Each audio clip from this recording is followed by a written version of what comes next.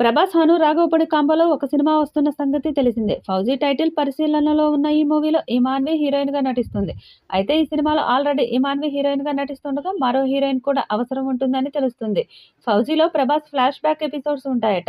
ఆ ఎపిసోడ్స్‌లో ఒక కథానాయిక అవసరమని తెలుస్తుంది.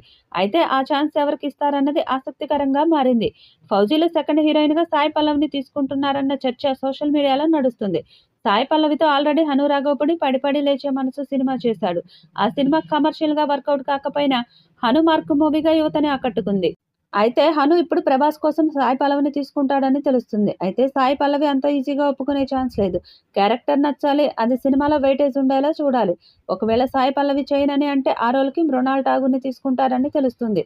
'సీతారామం' సినిమాలో సీతా మహాలక్ష్మి అలియాస్ నూర్జహాన్ పాత్రలో మెప్పించిన మృణాల్ మళ్ళీ హనుతో సినిమా అంటే సంథింగ్ స్పెషల్ అనిపిస్తుంది. ఆల్రెడీ హిట్ కాంబో కాబట్టి అది కూడా ప్రభాస్ సినిమా అంటే అమ్మడు నో చెప్పే ఛాన్స్ లేదు.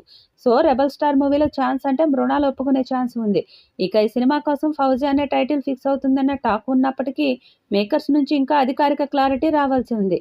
ఇప్పటికే ప్రధాన హీరోయిన్‌గా ఇమాన్వి ఎంపికైనప్పటికీ చిత్రంలో ఓ కీలకమైన ఫ్లాష్ బ్యాక్ పార్ట్ కోసం మరో హీరోయిన్‌ని ఎంపిక చేయాల్సి ఉందట. ఈ పాత్ర సినిమా కథలో కీలకంగా నిలిచేలా ఉంటుందని, ప్రభాస్ పాత్రకు కొత్త డైమెన్షన్ ఇవ్వబోతుందని టాక్. ఫ్లాష్ బ్యాక్‌లో చూపించబోయే పాత్ర కోసం మేకర్స్ కొంతకాలంగా సరైన నటిని వెతుకుతున్నారు. హను రాఘవపూడి తన గత చిత్రాల్లో ఎమోషనల్ బలాన్ని అద్భుతంగా మలిచిన విధంగా ఇందులో కూడా అదే స్పెషాలిటీ చూపించబోతున్నారని సమాచారం. ఈ నేపథ్యంలో ఈ ప్రత్యేకమైన ఫ్లాష్ బ్యాక్ రోల్ కోసం సాయి పల్లవి పేరు పరిశీలనలో ఉందని ఇండస్ట్రీలో గుసగుసలు వినిపిస్తున్నాయి. మరి ఈ పాత్రలో ఎవరిని తీసుకుంటారు అన్నది ఆసక్తిగా మారింది. దాదాపు 300 కోట్ల బడ్జెట్‌తో ఈ సినిమా తీస్తున్నారు. మరి ఈ సినిమా పాన్ ఇండియా స్థాయిలో ఎలాంటి రికార్డ్స్ క్రియేట్ చేస్తుందో చూడాలి.